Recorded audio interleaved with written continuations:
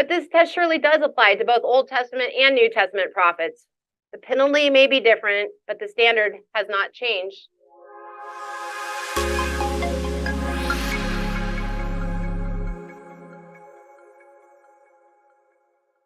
Moving on to the fulfillment test. According to this test, any prediction made by a prophet must come true. Otherwise, the individual is not a genuine prophet of God. This test is set forth in Deuteronomy 18:20 through 22. But the prophet who presumes to speak a word in my name that I have not commanded him to speak, or who speaks in the name of other gods, that same prophet shall die. And if you say in your heart, how may we know the word the Lord has not spoken? When a prophet speaks in the name of the Lord, if the word does not come to pass or come true, that is a word that the Lord has not spoken. The prophet has spoken it presumptuously. You need not be afraid of him. So notice that this passage is clear that it has to come to pass, or then they're not a prophet of God.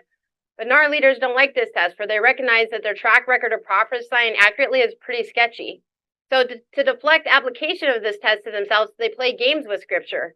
They acknowledge that the fulfillment test applied to prophets in the Old Testament, but they conveniently deny that it applies to today's prophets.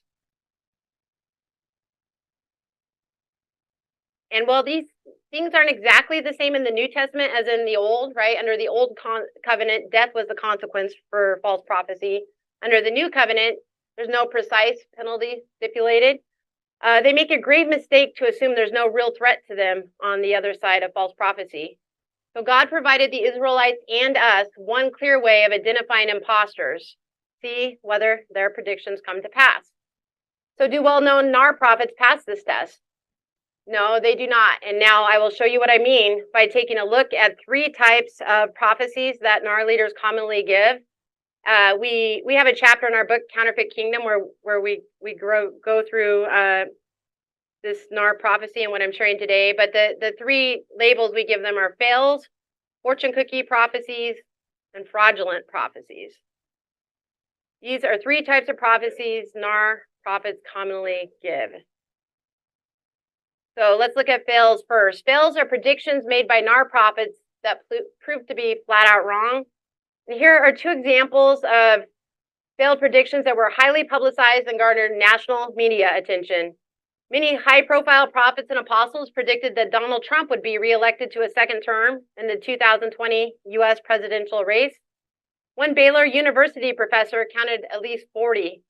Among them were Chris Valentin, who you see there on the screen, Jeremiah Johnson, Mark Taylor, Sean Boltz, Johnny Enlow, Pat Kerr, Kurt Landry, and Paula White. She was the spiritual advisor to President Trump.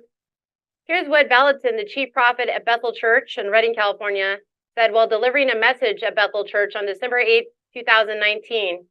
I believe that the Lord's going to step into the impeachment process. This is the creed. The Lord is going to step in sovereignly. And I believe the Lord's going to give him, Trump, another term because the Lord wants it. But on November 7, 2020, 4 days after the election, Valentin posted a video apology to Facebook, admitting he was wrong. Valentin said, I really want to apologize, sincerely apologize, for missing the prophecy about Donald Trump. I was completely wrong. I take full responsibility for being wrong.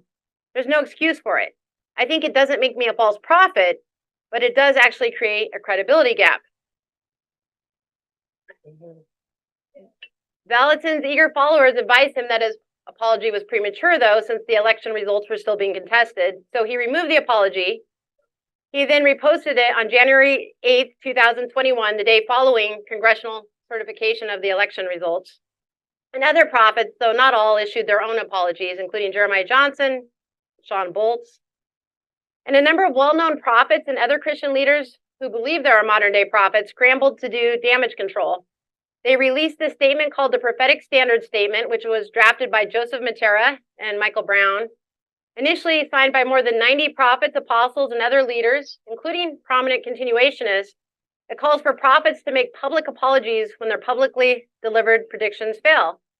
Now, I want to note that there's problems with this document because it also allows prophets to make predictions that fail and still be considered genuine prophets. And we're gonna talk about that a little more in a minute. But this prophetic standard statement came too late. The damage had already been done. and the failed predictions caught the attention of the major media news outlets. They published headlines including Christian prophets who say Trump is coming again, Politico, life after proclaiming a Trump re-election is divinely ordained, that was the New York Times, and an atheist with a very large following known as the Friendly Atheist. Has anyone here heard of the Friendly Atheist? Okay. He linked to a video compilation of the botched predictions in an article titled, "Here are 12 Christian preachers who wrongly predicted Trump's re-election." As a result of these failed prophecies, media pundits mocked all Christians, and atheists gained more ammunition for their arsenal to use against Christians. Failed prophecies regarding the election brought shame to the church, injured its witness to the world, and undermined the faith of believers. 2020 was a particularly bad year for the false prophets for other reasons. Other failed prophecies were about COVID-19. Not a single prophet saw COVID coming, but soon after its arrival, a speedy recovery was predicted by multiple NAR prophets of note. One of these was Sean Boltz, a prophet who's closely associated with Bethel Church and who often speaks there. He's also the founding pastor of Expression 58 Church in Los Angeles. On February 27th through 29, 2020, near the start of the pandemic, while he was speaking in South Africa at a conference with Bill Johnson, Boltz prophesied the end of COVID-19.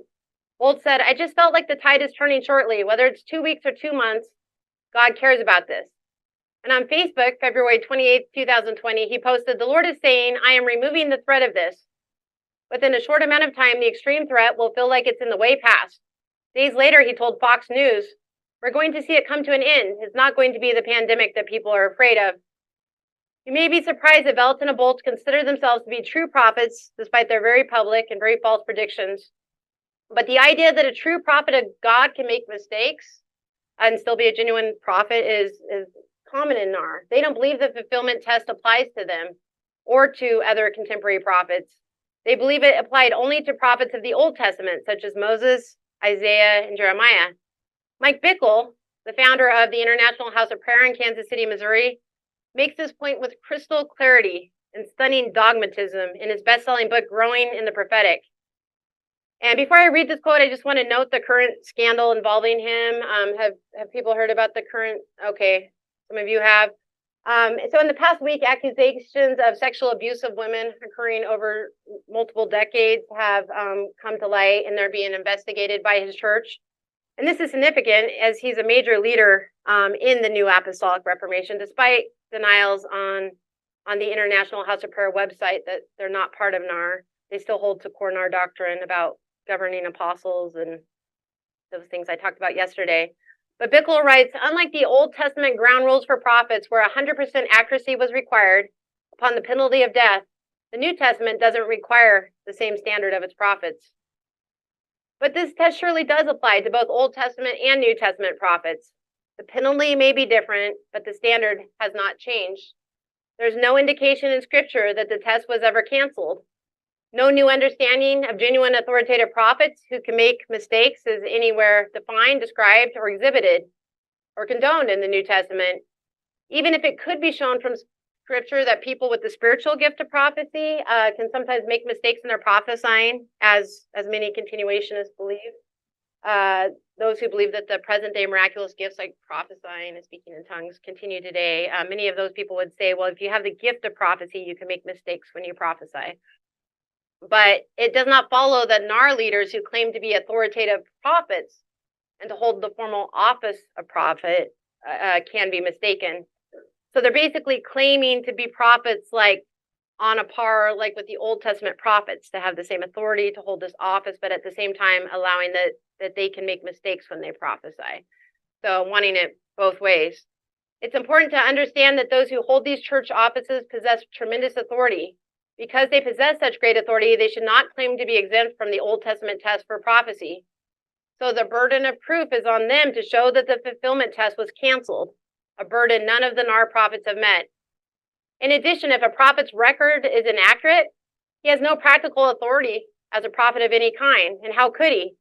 You would never know what to believe or how to act in response to any prophetic word if it's fallible, right? If a prophet gives you a prophetic word and with a caveat, well, it could be mistaken, then how could you ever act on that, right? If a prophecy is fallible, it is not reliable.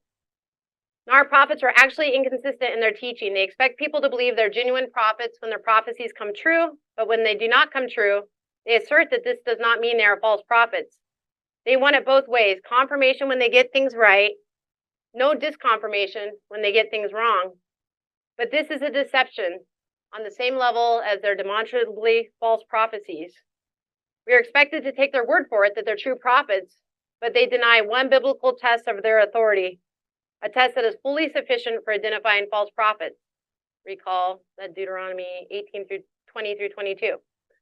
And even if all their prophecies were to come true, that would still not confirm their claim to be prophets, because they still must also pass the other tests: the orthodoxy test, the lifestyle test, which right now is, will be in question for Mike Bickle, the lifestyle test there.